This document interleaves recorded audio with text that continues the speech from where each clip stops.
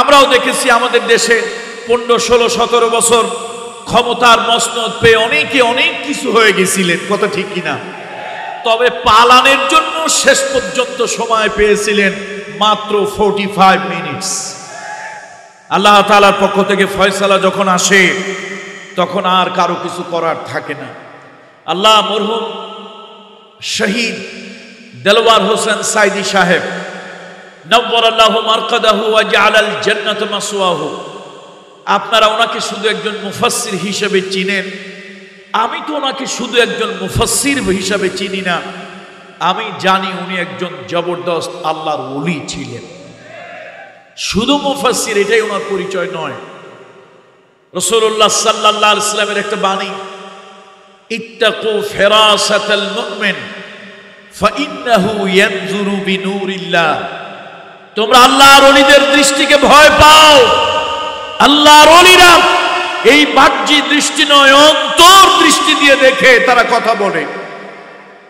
এই জালিমদের জুলমে হুজুর একবার দুঃখ করে বলেছিলেন যে সময় একদিন আসবে সেদিন পালানোর জন্য ইঁদুরের গর্ত খুঁজে পাবে না। লোকেরা চিন্তা করলো লোকটা বলে কি, লোকটা বলে কি? Bangabhaban, Ganabhaban, secretariat, parliament, DGFI থেকে শুরু করে চৌকিদার পর্যন্ত, গণভবন, বঙ্গভবন থেকে শুরু করে রাস্তার পাশে জীর্ণ শীর্ণ পুরাতন দুর্গন্ধযুক্ত টয়লেটটা পর্যন্ত সব জায়গায় যারা দখলদারিত্বের রাজত্ব কায়েম করেছে তারা একদিন পালানোর জন্য ইঁদুরের গর্ত খুঁজে পাবে না। এটা কোন ধরনের কথা? কিন্তু আমার মনে হয় ওই দিন তিনি এই বাহ্যিক চোখ দিয়ে নয়, অন্তর্দৃষ্টি দিয়ে দেখেই এই কথাটা বলেছিলেন, এবং সেই কথাটাই একদিন বাস্তবে পরিণত হয়েছিল। করতে হবে, জ্ঞানের আলোকে আগাতে হবে। ইসলামী আন্দোলনের কর্মী ভাইরা, আমরা কি জ্ঞান অর্জন করে এই জমিনে আমরা আল্লাহর দ্বীন প্রতিষ্ঠা করব? আগামী বাংলাদেশ কোন নাস্তিকের বাংলাদেশ হবে না, আগামী বাংলাদেশ কোন মুরতাদের বাংলাদেশ হবে না, আগামী বাংলাদেশ হবে জ্ঞানী গুণী দ্বীনপন্থী, ইকামতপন্থী, ইসলামপন্থীদের বাংলাদেশ। আমরা রাজি আছি কিনা বলেন? রাজি আছি তো আমরা? ভয় পান, সব জায়গায় শক্তি দরকার নাই, সব জায়গায় শক্তি দরকার নাই। আপনারা জ্ঞানের শক্তি দিয়ে অনেক সময় পারবেন, তবে মুজাহিদেরা তাসলিমা আল্লাহুম্মা সাল্লি আলা মুহাম্মাদ ওয়া আলা আলি মুহাম্মাদ কামা সাল্লাইতা আলা ইব্রাহিম ওয়া আলা আলি ইব্রাহিম ইন্নাকা হামিদুম মাজিদ। আসুন রাসূলুল্লাহর শানে একটা কবিতা পাঠ করি। বালাগাল উলা বিকামালিহি কাশাফাদ দুজা বিজামালিহি হাসনাত জামিউ খিসালিহি সাল্লু আলাইহি ওয়া আলিহি।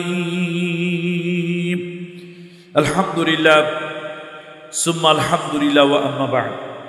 মাইক নিয়ন্ত্রণ যিনি করছেন ইকোটা অফ করে দেন, সাউন্ডটা ক্লিয়ার।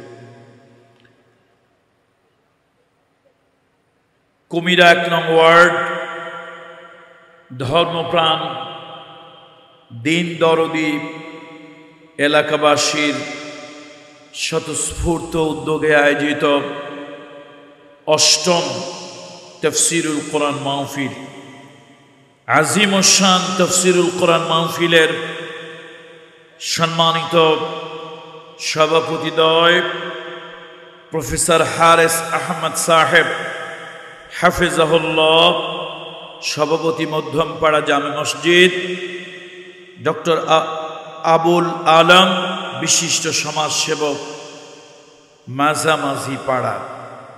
আল্লাহ তাআলা তাদের উভয়কে সম্মানিত করুন, হায়াতের মধ্যে বারাকা দান করুন। আল্লাহ তাআলা তাদেরকে দেশ, জাতি, দিন, ধর্ম এবং মানবতার সেবায় আরো বেশি ভূমিকা পালন করার জন্য তৌফিক আল্লাহ তাআলা দান করুন। আজকের মাহফিলের সম্মানিত অতিথিবৃন্দ, বিশেষত এই অঞ্চলের মাটি ও মানুষের সাথে যার সম্পর্ক এবং আগামী দিনে এই অঞ্চল থেকে মানুষের প্রতিনিধিত্ব করার জন্য আল্লাহ তাআলা তাকে কবুল করুন, দোয়া করছি। জনাব আনোয়ার সিদ্দিক চৌধুরী সাহেব হাফিজাহুল্লাহ এ জাতির, এ দেশ, এ মাটির সেবা করার জন্য এবং আল্লাহ তাআলার কোরআনের কথা, কোরআনের পক্ষে বলিষ্ঠ আওয়াজ তুলে ধরার জন্য আল্লাহ তাআলা জাতীয় পার্লামেন্ট পর্যন্ত তাকে কবুল মঞ্জুর করুন।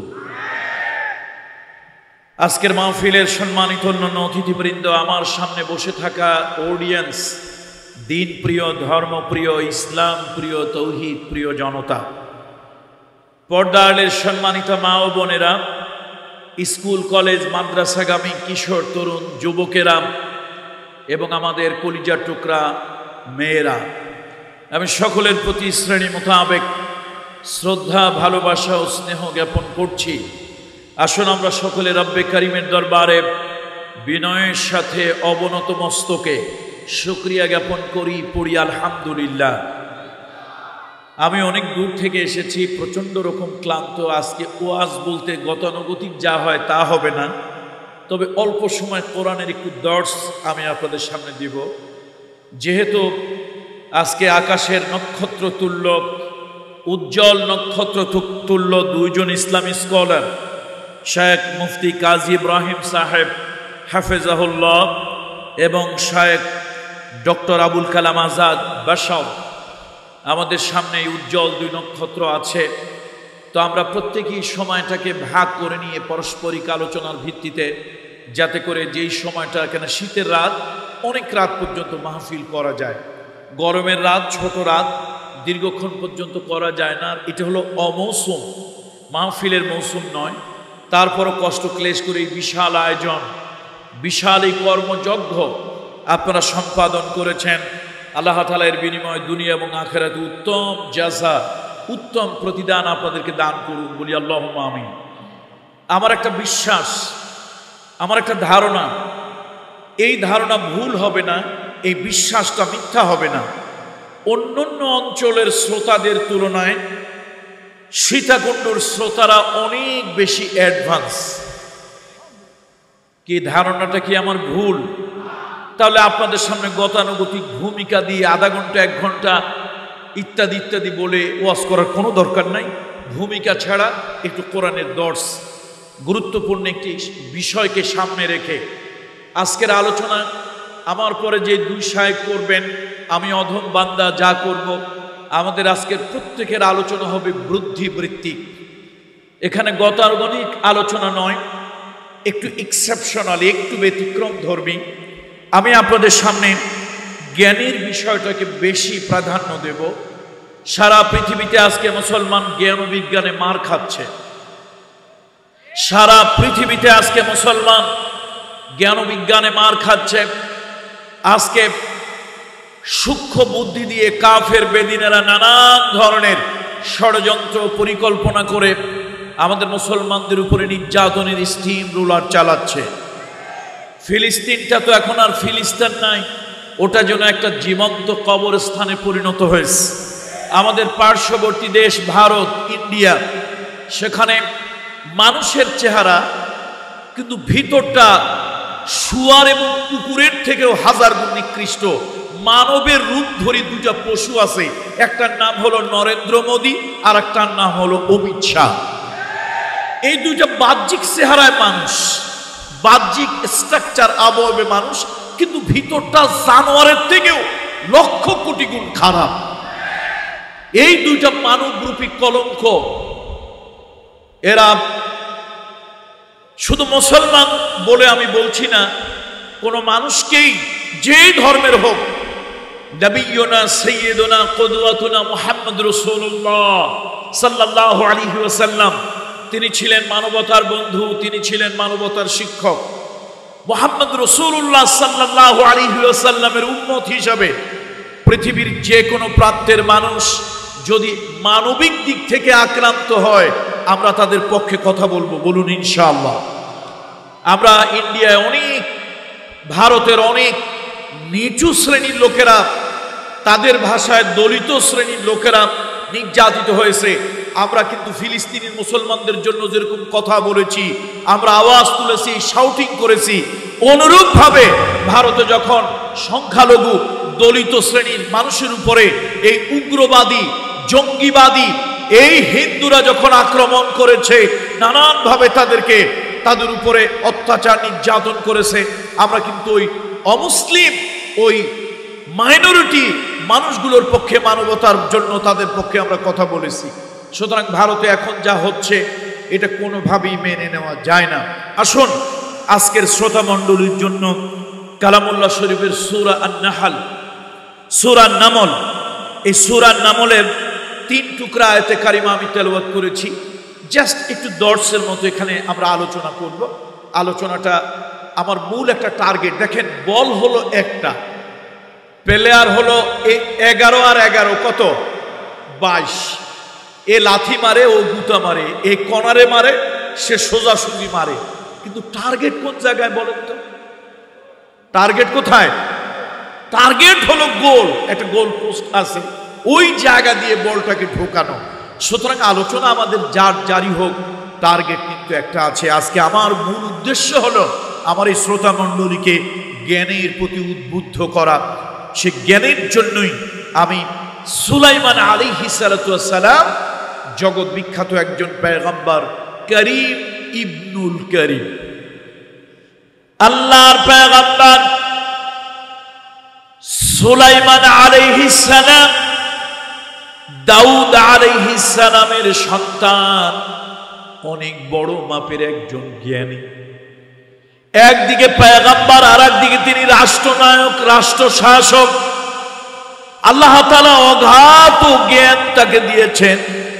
সমসাময়িক দুনিয়ায়, তার সময়ের সমসাময়িক দুনিয়ায় এত বড় জ্ঞানের অধিকারী আর কেউ ছিল না। সুবহানাল্লাহ। সেই সুলাইমান আলাইহিস সালাম, আল্লাহ তাআলা তার একটা কথা তুলে ধরেছেন কালামুল্লাহ শরীফের সূরা নামলের ভিতরে।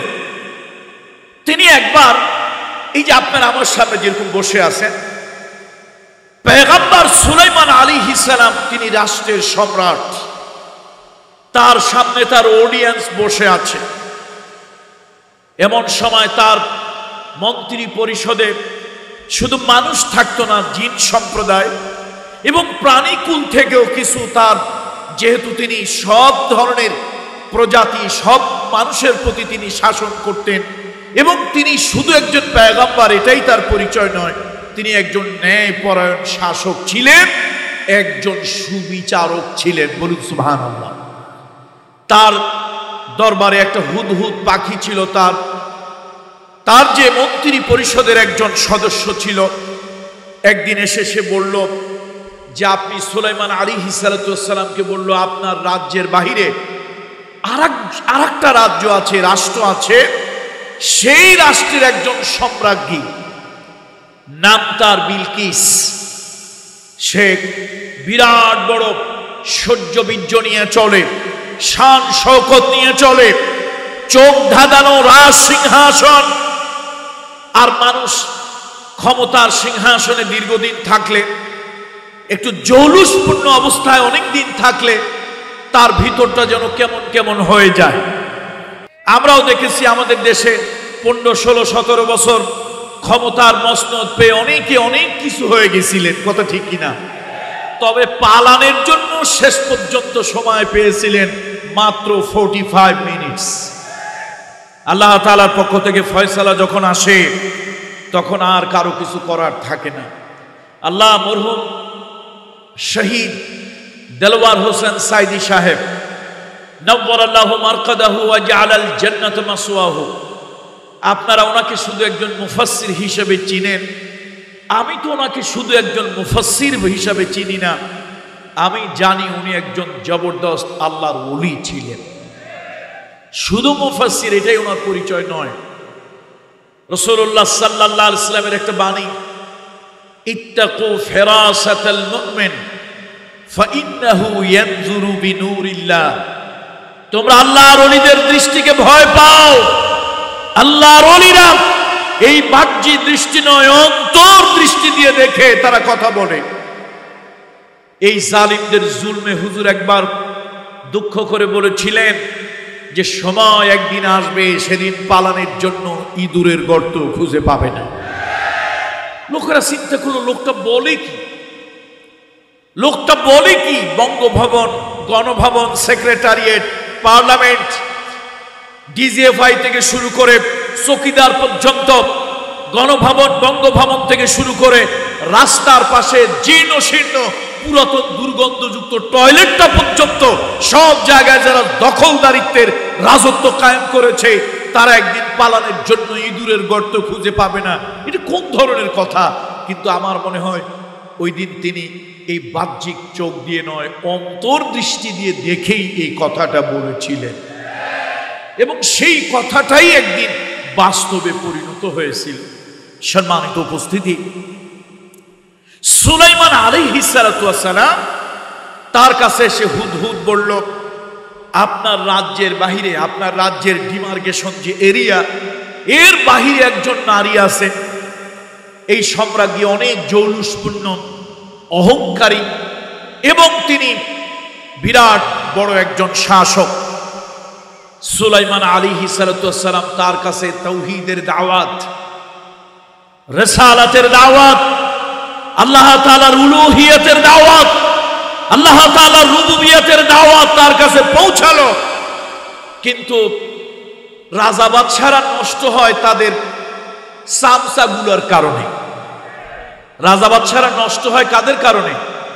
সামসাগুলোর কারণে। সামসারা যদি ভালো হয়, আমাদের দেশে অবশ্য সামসা বলে না, বলে বুদ্ধিজীবী। আসলে এগুলি বুদ্ধিজীবী না, এগুলি বুদ্ধি প্রতিবন্ধী, ইন্টেলেকচুয়াল ডোয়ার্ফ। এখন এই বুদ্ধিজীবীরা বুদ্ধি দিল, আরে কোথাকার কোন সুলাইমান, নাউজুবিল্লাহ বলেন সবাই, আস্তাগফিরুল্লাহ বলেন সবাই, কোথাকার কোন সুলাইমান, তার কথায় আপনি একেবারে অস্থির হয়ে যাবেন, দরকার নাই। বরং উল্টা তারে একটা ট্যাপে ফেলান। কি ট্যাপে ফেলবো? অনেকগুলো সোনা দানা, অনেকগুলো হীরা মণিমুক্তা, ইয়াকুত, জবরজাত, লুকলুক, মারজান, এই দামি দামি ভ্যালুয়েবল এই কিছু জিনিসপত্র তার জন্য পাঠান। এই চোখ ধাঁধানো হাদিয়া দেখে তিনি কাত হয়ে পড়বেন। রাজা বাদশারা এগুলোর প্রতি দুর্বল থাকে। সুতরাং আপনি অস্থির হইয়েন না। কোন জায়গার কোন সুলাইমান, তার কথা এত অস্থির হওয়ার কি দরকার আছে? বুদ্ধিটা ভালো দিছে না খারাপ দিছে? তার কারণ তারা তো মনে করছে কোন জায়গার কোন সুলাইমান। আসলে যে তিনি আল্লাহর পয়গম্বর সুলাইমান, ন্যায়পরায়ণ বাদশাহ সুলাইমান, তিনি যে সত্যিকারে একজন শাসক, অর্থাৎ একজন ন্যায়পরায়ণ শাসক সুলাইমান, এটা তারা বোঝে নাই। ওই আমাদের দেশের ষাঁড় জাফর ইকবালের মতো। কে? ষাঁড়, ষাঁড়, ও ভুল হয়েছে, ষাঁড়। তো এই ষাঁড় জাফর ইকবাল একটা বই লিখছে একবার। দেখেন মানুষ বামপন্থী হইলে কত নষ্ট হয়। তিনি একবার একটা বই লিখছেন, বইয়ের নাম দিলেন ভূতের বাচ্চা সুলাইমান। নাউজুবিল্লাহ বলবেন না?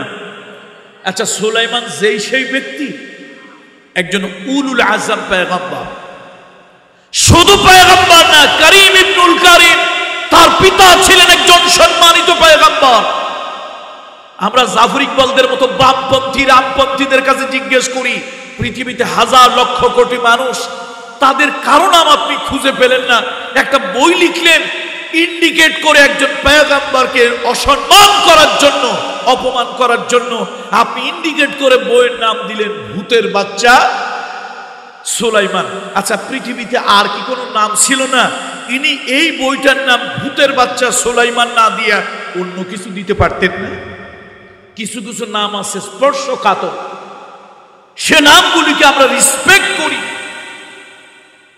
তো আমি তো দুঃখ করে বলেছিলাম, আমি বিগত সরকারের আমলেই আমি রক্তচক্ষুকে উপেক্ষা করে বলেছিলাম, জাফর ইকবাল সাহেব আপনি বই লিখলেন, সে বইয়ের এত পৃথিবীতে লক্ষ কোটি নাম, আপনি বইয়ের নাম খুঁজে পাইলেন না।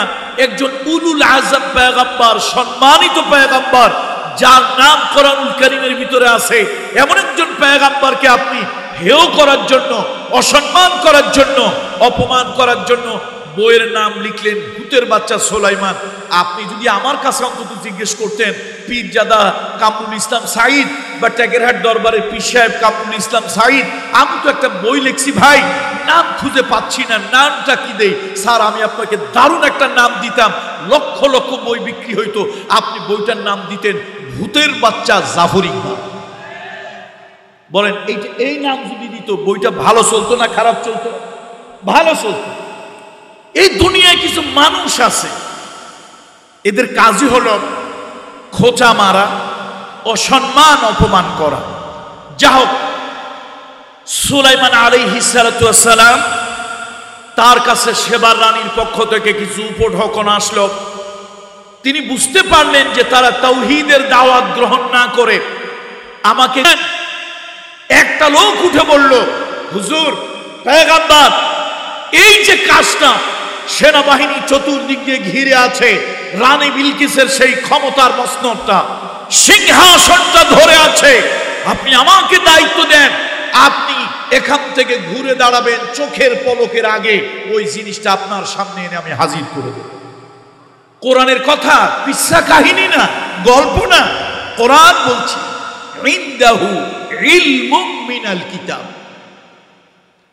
এখন আপনার আমার মতো যদি এই পেঁয়াজ আর গরুর গোশত খাওয়া মোটা বুদ্ধি হইতো, তাহলে আপনি আর আমি হইলে ওই যে বেটা মোহাম্মদ আলী কেলের মতো বিরাট বড় কুস্তিগিরের মতো দেহ আছে, ক্ষমতা আছে, আপনি আর আমি হইলে ওই ক্ষমতার লোকের হাতে দিতাম, যাও বাবা তুমি এই কাজটা করে দাও। কিন্তু কোরআন কি বলতেছে? কোরআন বলতেছে না হযরত সুলাইমান আলাইহিস সালাম তাকে এই দায়িত্বটা দিলেন না। এই যে সেনাবাহিনী পরিবেষ্টিত দামি সেই রাজ সিংহাসন, সেই অত্যন্ত জৌলুসপূর্ণ ক্ষমতার মসনদ, ক্ষমতার চেয়ার টানার জন্য সুলাইমান আলাইহিস সালাম সেই ইফরিতকে দায়িত্ব দেন নাই, সেই জিনের ভিতরে শক্তিশালী জিনটাকে দায়িত্ব দেন নাই। তিনি দায়িত্ব দিলেন কাকে? ইনদাহু ইলমুম মিনাল কিতাব, যার কাছে জ্ঞান আছে তাকে দায়িত্ব দিলেন। বন্ধুরা, আমি মূলত এই জায়গা থেকে কেন তেলাওয়াত করলাম? আমি তো অন্য কোনো জায়গা থেকে আলোচনা করতে পারতাম। মূলত আমার তেলাওয়াত করার উদ্দেশ্য হলো, আজকে ইসলামী আন্দোলনের কর্মী যারা আছেন, দ্বীনের মুজাহিদ যারা আছেন, আজকে মাঠ পর্যায় থেকে সর্বোচ্চ পলিসি মেকার পর্যন্ত দ্বীনের দাওয়াতি কাজ যারা করেন, শোনেন, এক কাটে ধারে এক কাটে ভারে, সব কাজ গায়ের শক্তি দিয়ে হয় না, কিছু কিছু কাজ জ্ঞানের শক্তি দিয়েও চালাতে হয়। এই মেসেজটা দেওয়ার জন্যই মূলত, এই মেসেজটা দেওয়ার জন্যই মূলত আমি আজকে এখান থেকে তেলাওয়াত করেছি। দেখেন, মুসা আলাইহিস সালাম বক্তৃতা দিতেছিলেন, পয়গম্বর মুসা বক্তৃতা দিতেছিলেন। তিনি বক্তৃতার মধ্যে এই ধারণা দিলেন যে বর্তমান পৃথিবীর সবথেকে বড় জ্ঞানী আমি। আল্লাহ তাআলা বলেন, পয়গম্বর তোমার থেকে বড় জ্ঞানী পৃথিবীতে আছে। তো কে আছে? আল্লাহ তাআলা বলেন, খিজির আলাইহিস সালাম, যাও তুমি তার সাথে দেখা করো। এটা অনেক পুরাতন ওয়াজ, আমরা সবাই কম বেশি জানি।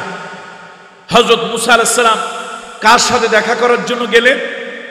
খিজির আলাইহিস সালামের সাথে দেখা করার জন্য গেলেন, সাথে তার একজন খাদেম নিয়ে গেলেন। সে খাদেমের নাম হলো ইউশা বিন নূন।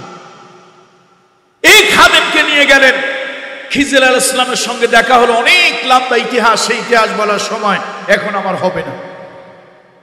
খিজির আলাইহিস সালামের সাথে মুসা আলাইহিস সালামের দেখা হলো। খিজির আলাইহিস সালাম যতগুলি কাজ করলেন, একটা কাজও মুসা আলাইহিস সালামের পছন্দ হলো না। আপনারা কি শুনতেছেন আমার কথা? আমার কথা কি শুনতেছেন আপনারা? একটা কাজও কি হয় নাই, মুসা আলাইহিস সালামের পছন্দ হয় নাই। এটা কোনো কিচ্ছা কাহিনী না, পেপার পত্রিকার বক্তব্য না, আল্লাহর কোরআনের কথা, একজন পয়গম্বরের কথা। খিজির আলাইহিস আলাইহিস সালাম তিনটা কাজ করলেন, একটা কাজ মুসা আলাইহিস সালামের পছন্দ হলো না।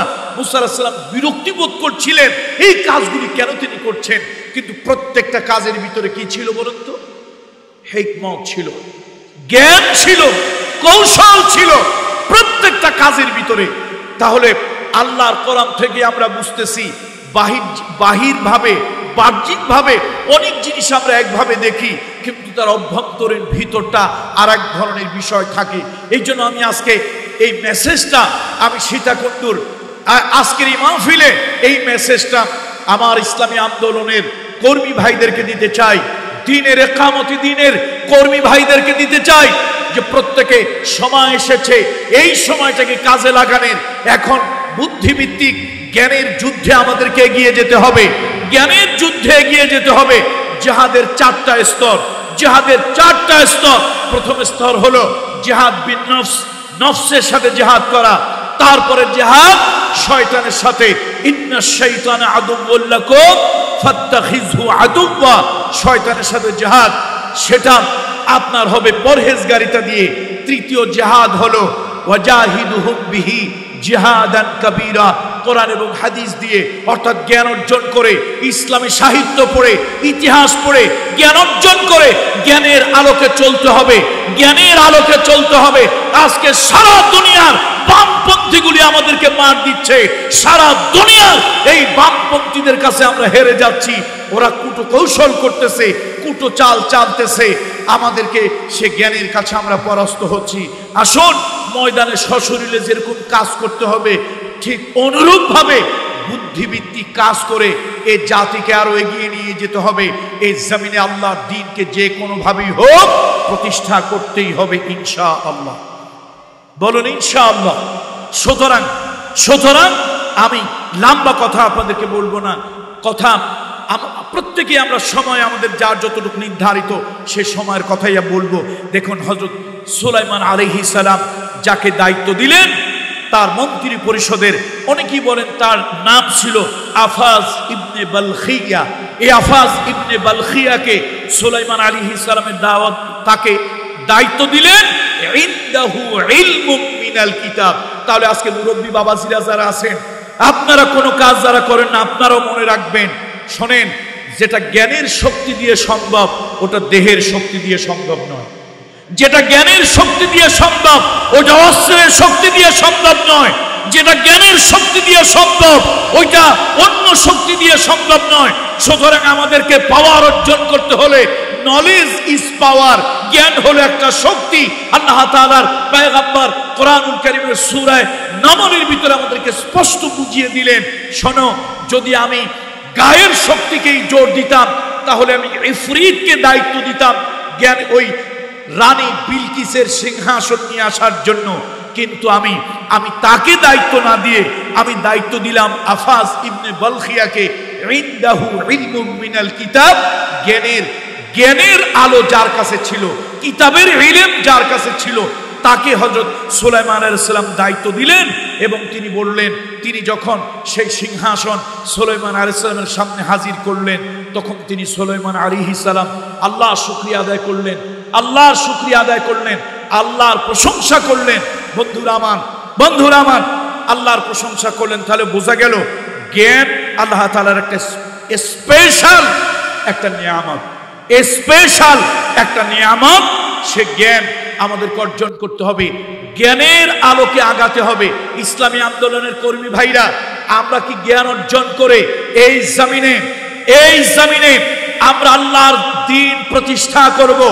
আগামী বাংলাদেশ কোন নাস্তিকের বাংলাদেশ হবে না, আগামী বাংলাদেশ কোন মুরতাদের বাংলাদেশ হবে না, আগামী বাংলাদেশ হবে জ্ঞানী গুণী দ্বীনপন্থী ইকামতপন্থী ইসলামপন্থীদের বাংলাদেশ। আমরা রাজি আছি কিনা বলেন? রাজি আছি তো আমরা? ভয় পান, সব জায়গায় শক্তি দরকার নাই, সব জায়গায় শক্তি দরকার নাই। আপনারা জ্ঞানের শক্তি দিয়ে অনেক সময় পারবেন, তবে মুজাহিদেরা মাঠে যদি কাজ করে, আল্লাহ তাআলা মুজাহিদেরা মাঠে যদি কাজ করে আল্লাহ তাআলা তাদের সাহায্যকারী হয়ে যায়। বন্ধুরা আমার, গত অক্টোবরে আমি একটা সফরে গিয়েছিলাম জর্ডান। এই জর্ডান বাইতুল মুকদ্দাস মসজিদের প্রায় অ্যাপ্রক্সিমেট 20-25 কিলোমিটারের কাছাকাছি আমরা চলে গেছি, কিন্তু আমরা ইসরায়েলের কঠিন নজরদারি এবং কঠিন অবস্থার কারণে আমরা জর্ডান থেকে সেখানে যেতে পারলাম না। তো ফিরে আসব, একজন বললেন এখানে একজন পয়গম্বরের কবর আছে। কোন পয়গম্বর? ইউশা বিন নূন আলাইহিস সালাম। এই যে একটু আগে যার কথা বললাম, মুসা আলাইহিস সালামের দোয়ায় দুইজন ব্যক্তিকে আল্লাহ তাআলা নবুয়ত দিয়েছিলেন। একজন হলো তার ভাই হারুন আলাইহিস সালাম, আর একজন হলো মুসা আলাইহিস সালামের খাদেম ইউশা বিন নূন আলাইহিস সালাম। তো আমরা গেলাম তার কবরটা জিয়ারত করার জন্য। পুরা জর্ডানের ইসলামিক কালচারাল ড্রেস, দাড়ি, টুপি, পাঞ্জাবি, পাগড়ি, এগুলো আমি সুন্নত না বললো, আমি বলবো এটা ইসলামিক কালচারাল ড্রেস। নিঃসন্দেহে এটা মুসলমানদের একটা সভ্যতা সংস্কৃতির পোশাক, এতে কোনো সন্দেহ নাই। আমরা পুরা জর্ডানে এরকম কোনো পোশাকওয়ালা লোক পাইলাম না। ওখানে গিয়ে একজন লোক দেখলাম, মাশাআল্লাহ, দাড়ি আছে, টুপি আছে, গায়ে পাঞ্জাবিও আছে। আমরা দেখে খুশি হলাম, সালাম দিলাম। জিজ্ঞেস করলো মিন আইনা আনতুম, তোমরা কোথা থেকে আসছো? বললাম জিনা মিন বাংলাদেশ, আমরা বাংলাদেশ থেকে আসছি। উনি 7 মিনিটের একটু বেশি, 8 মিনিটের একটু কম একটা বক্তৃতা দিলেন কোরআনের হাদিস থেকে। বিশ্বাস করেন গায়ের লোমগুলো সুয়ের মতো দাঁড়িয়ে গেল, সূচের মতো। তিনি আমাদেরকে এই সংক্ষিপ্ত সময় শুধু একটা কথা এই 7 থেকে 8 মিনিটের ভিতরে কোরআনের হাদিস দিয়ে বুঝাতে চাইলেন, এ মুসলমান, কেন তোমরা পৃথিবীতে ভয় পাও? পৃথিবীতে মুসলমান কোনোদিন সংখ্যার কারণে বিজয় হয় নাই।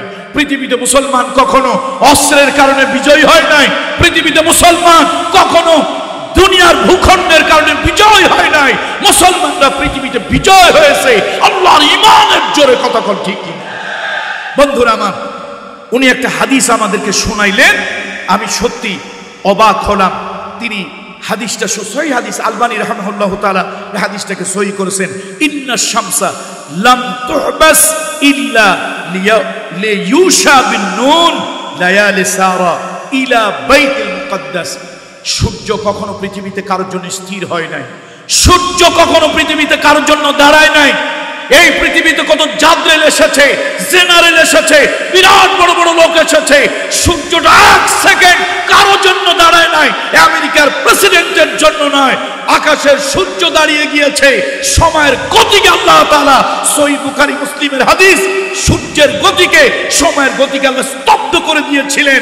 এই ইউশা বিন নূন কিছু যুবক নিয়ে গিয়েছিলেন বাইতুল মুকদ্দাস জালিমদের হাত থেকে উদ্ধার করার জন্য। তারা যখন যুদ্ধের ময়দানে এগিয়ে গেলেন, তারা বিজয় হয়ে সামনের দিকে যাচ্ছে। ইহুদিরা ষড়যন্ত্র করলো, আজকে হলো ইয়াউমুল জুমআ, সূর্যটা ডুবে গেলে ইয়াউমুস সাbt, শনিবার। তারা যেভাবে এগিয়ে আসতেছে তাদেরকে প্রতিহত করার মতো কোনো ক্ষমতা আমাদের নাই। সুতরাং কোনোভাবে, ওই যে দেখেন না, খেলায় যখন এক পক্ষ দেখে নিশ্চিত পরাজয়, তখন তারা টাইম কিল করে, সময় ক্ষেপণ করে। এই ইহুদির বাচ্চাগুলি, ষড়যন্ত্রকারীগুলি, তারা সময় ক্ষেপণ করতে লাগলো কিভাবে টাইম পাস করা যায়। সূর্য ডুবে গেলেই, জুমার দিনে সূর্য ডুবে গেলে ইয়াউমুস সাbt, শনিবার, শনিবার অস্ত্র ধরা হারাম, তরবারি ধরা হারাম, রক্তারক্তি হারাম, মারামারি হারাম। সুতরাং আমরা গোটা শনিবার আমাদের সমমনা লোকদেরকে জমা করব, সেনাবাহিনী তৈরি করব, রবিবার দিন একটা ফাইনাল খেলা দেখাবো, ইউশা বিন নূনকে আমরা হটিয়ে দেব। কিন্তু ইউশা বিন নূন মুজাহিদ আল্লাহর কাছে ফরিয়াদ করলেন, বার ইলাহি, এই সূর্য কারোর জন্য দাঁড়ায়নি, সময়ের গতি 1 সেকেন্ড কারোর জন্য স্তব্ধ হয়নি। আয় আল্লাহ, তোমার কাছে ফরিয়াদ করছি, সূর্যকে থামিয়ে দাও, সময়ের গতিকে স্তব্ধ করে দাও। আজকে যেভাবে আমরা আগাচ্ছি, ঈমানের যে পাওয়ার, ঈমানের যে শক্তি, ঈমানের যে কুওয়াত নিয়ে আগাচ্ছি, আমরা অল্পক্ষণের ভিতরে বাইতুল মুকদ্দাস আমাদের অধীনে আমরা নিয়ে আসব। আল্লাহ, সূর্য যদি ডুবে যায় তাহলে ওরা অস্ত্র সংগ্রহ করবে, সেনাবাহিনী সংগ্রহ করবে, লোকবল সংগ্রহ করবে। আগামী রবিবার হয়তো আমরা পারবো না। আল্লাহ, তোমার কাছে সাহায্য চাই। রাসূলুল্লাহ মুহাম্মদ রাসূলুল্লাহ সাল্লাল্লাহু আলাইহি ওয়াসাল্লাম বলেছেন, আল্লাহ মুজাহিদের দোয়া শুনেছিলেন এবং সূর্যের গতিকে আল্লাহ স্তব্ধ করে দিলেন।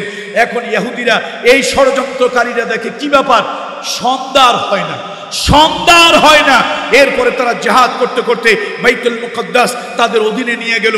হঠাৎ করে দেখা গেল রাত হয়ে গেছে। কোথা থেকে হলো? সূর্যকে আল্লাহ তাআলা আটকে দিয়েছিলেন। এই মুসলমান, এটা কোনো কিচ্ছা কাহিনী নয়, সহিহ হাদিস। আলবানী রাহমাতুল্লাহ আলাইহি এটাকে সহিহ বলেছেন। একাধিক হাদিসের কিতাবের ভিতরে দুইটা ভিন্ন ভিন্ন সনদ এবং মতনে এই হাদিসটা এসেছে। সুতরাং মুহাম্মদ রাসূলুল্লাহ বলেছেন, সূর্য পৃথিবীতে কোনো জাদরেল, কোনো জেনারেল, কোনো প্রেসিডেন্ট কারোর জন্য সূর্য 8 সেকেন্ড দাঁড়ায়নি, যেটা দাঁড়িয়েছে হযরত ইউশা বিন নুন এই মুজাহিদদের জন্য। সুতরাং আসুন আমরা আগামী দিন এই বাংলা শায়েখ কাজী ইব্রাহিম সাহেব হাফেজাহুল্লাহ, উনি বলবেন কথা, উনি স্বপ্ন দেখতেছেন, ওনার অন্তর্দৃষ্টি দিয়ে উনি স্বপ্ন দেখতেছেন। সুতরাং আসুন, সংখ্যায় আমরা যাই হই, বুদ্ধিতে আমরা এগিয়ে যাব, আর ঈমানের পাওয়ারে আগামী দিনের বিজয় আমরাই হব ইনশাআল্লাহ। হাদা মা ইনদি ওয়াল ইলমু ইনদাল্লাহ আলাইহি তাওয়াক্কালতু ওয়া ইলাইহি উনীব। ওয়াসসালামু আলাইকুম ওয়া রাহমাতুল্লাহি ওয়া বারাকাতুহু। বেঁচে থাকলে আবার দেখা হবে। IUB media.